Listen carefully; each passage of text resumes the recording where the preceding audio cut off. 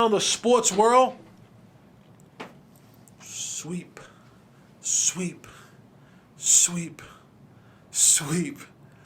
Let's go Rangers.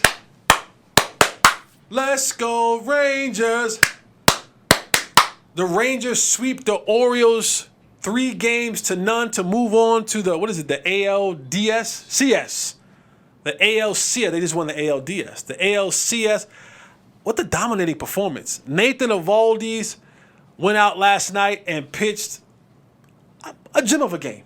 Can I say a gem of a game? A gem of a game. 7 innings pitched, 5 hits, 1 run, 7 Ks, no batters walked.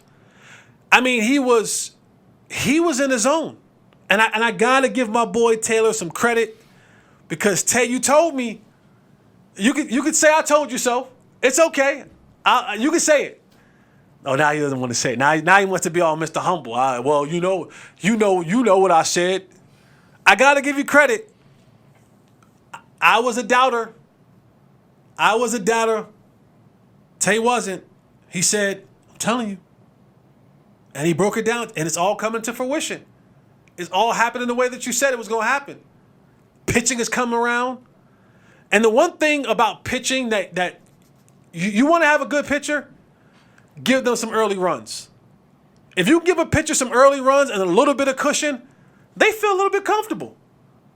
And that's exactly what Nathan Eovaldi got last night. Start the game, what happens? Corey Seager, bottom of the first, bomb. Bomb. Who, if it wasn't for the alien of a player in Shohei Ohtani, Corey Seager he would definitely be in the MVP. He's in the MVP conversation already, but he would definitely be someone you can look at and go, this dude's. I'm just saying. Now I get it. No one, as long as Ohtani keeps doing what he's doing, and he's pitching and he's hitting and he's got 40+ home runs and he got 10 wins as a pitcher, you can chalk it up. You can just chalk it all up. Unless the voters get voters fatigue, you can chalk it up.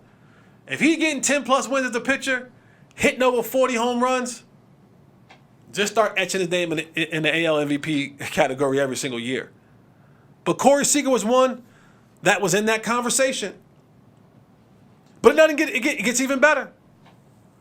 Bottom of the second, Garver drove in 2 runs on a double up past the shortstop. Now you look up, it's 3-0. And then OL Bombay showed up. Let me say this as well.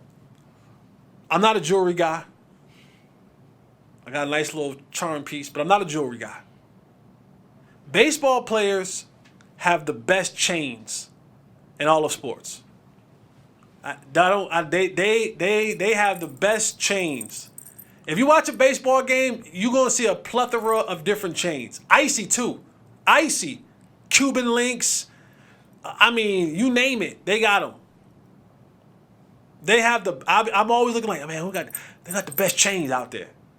Who was that? Mookie Betts one time had the black diamond necklace and it popped on the field? There's diamonds everywhere.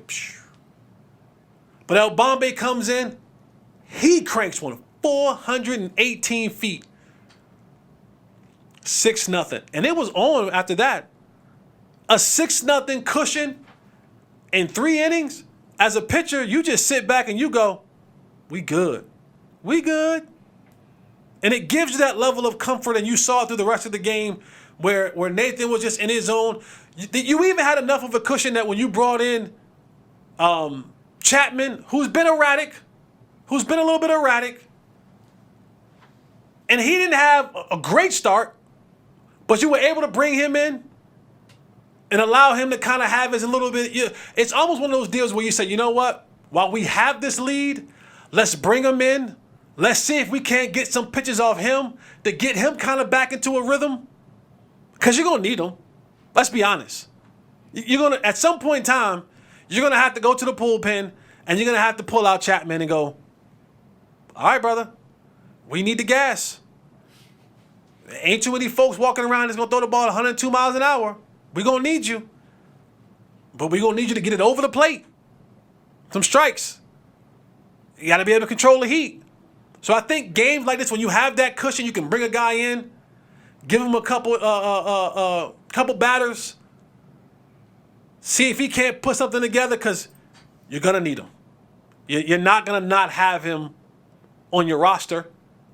And however you're going to play this thing out, whether you're going to get, however the pitching is going to work, you're going to have some games when you go to the bullpen pitching where you may have, you may even get to a situation where, give me the pitcher's name, 2 different color eyes. Scherzer. You may get to a point where you say, you know what? We don't know if Scherzer's all the way back. Here's what we're going to do. On the day that we go bullpen pitching day, I'm going to give you 2 innings. I'm going to give you 2 of the early innings, and then we'll go to our bullpen pitching. So at some point in time, you're going to have to do it. And I thought that was a great move by Bochy, just getting him in there, getting those reps, and then Leclerc came in and finished the deal. And that place was, I wasn't at the game. Tay was at the game.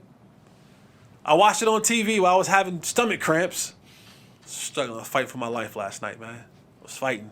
I won. I'm here. I was fighting, boy. But that was an atmosphere that is, Josh Hamilton said it years ago, this is not a football town. I mean, a baseball town. And maybe he's right. Sports town. Sports town. I like that. Maybe not a baseball town. Very few baseball towns. Like I said, very few baseball cities in the world, right? Like Cincy, St. Louis, New York, Boston. That's probably about it. That's really probably about it. Like, there ain't too many more where it's just like dominant baseball cities. So I get it. I understand it. But that place was rocking last night. So kudos to you, Rangers fans. Now the Rangers await the winner of the Minnesota Twins and Big Bro. Ooh, the Astros. Astros lead the series 2-1 right now. This is, let's just be honest. Let's be honest. Before I get to that, let me say this. I got to give another nod to Bruce Bochy. And because I'm big on coaching in the sense of making the right moves. I'm big on controlling the temperament of your team. I'm big on understanding what your players' strengths are and their weaknesses and trying to keep them away from situations where their weaknesses are magnified and putting them in situations where their strengths are magnified. And I think Bruce has been a picture of calmness, of fluidity, of patience, of confidence, of information. You don't win 3 World Series. Like Bruce Bochy, like his legacy is so far set. Like he never had to coach again. Like when you get like it's like Jimmy Johnson. Like Jimmy doesn't have to coach another day in his life, and he's always going to be talked about as one of the great coaches of the league. Because he won 3 Super Bowls. And I think Bochy's in that same boat in the sense of he's only padding his stats now, right? Like he's only padding the stats. Because his legacy's already been written when you win 3 of those things.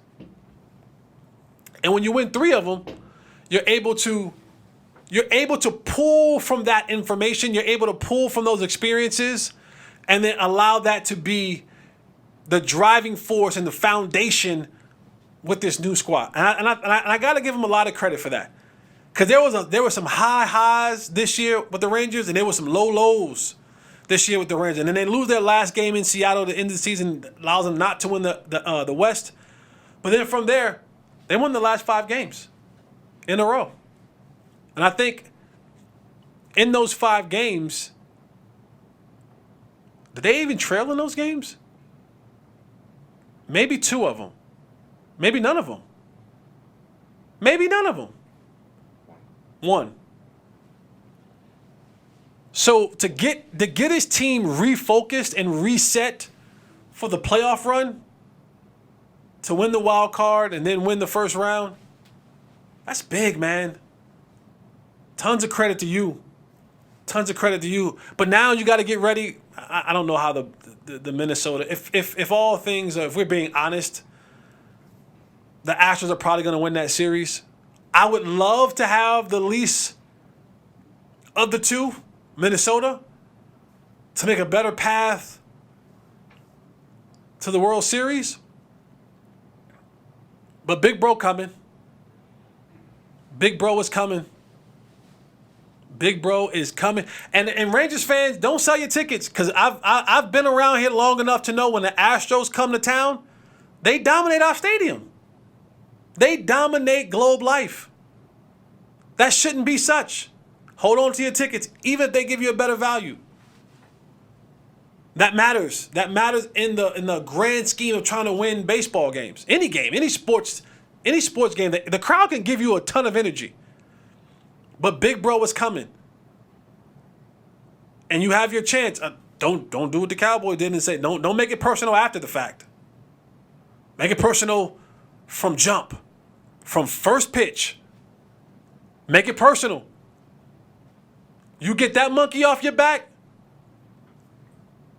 now we're talking about something special. It's been a while. It's been a while since we've had that special baseball feeling around here. Over 10 years.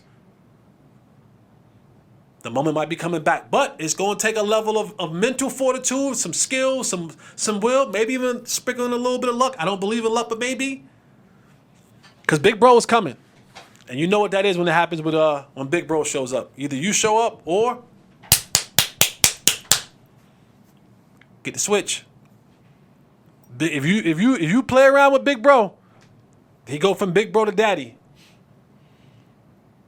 Niners are the Cowboys' daddy right now. Rangers, you got a chance. I'll bring back the Uncle Ronnie speech if I need to. I'll bring back Uncle Ronnie's speech if I need to. It didn't work the first time. Houston 3-1 lead right now. Houston 3-1 lead. In the fourth. Yeah, Big Bro's coming to town. Big Bro's coming to town. But congrats to the Texas Rangers. But you ready for Big Bro. I believe in you.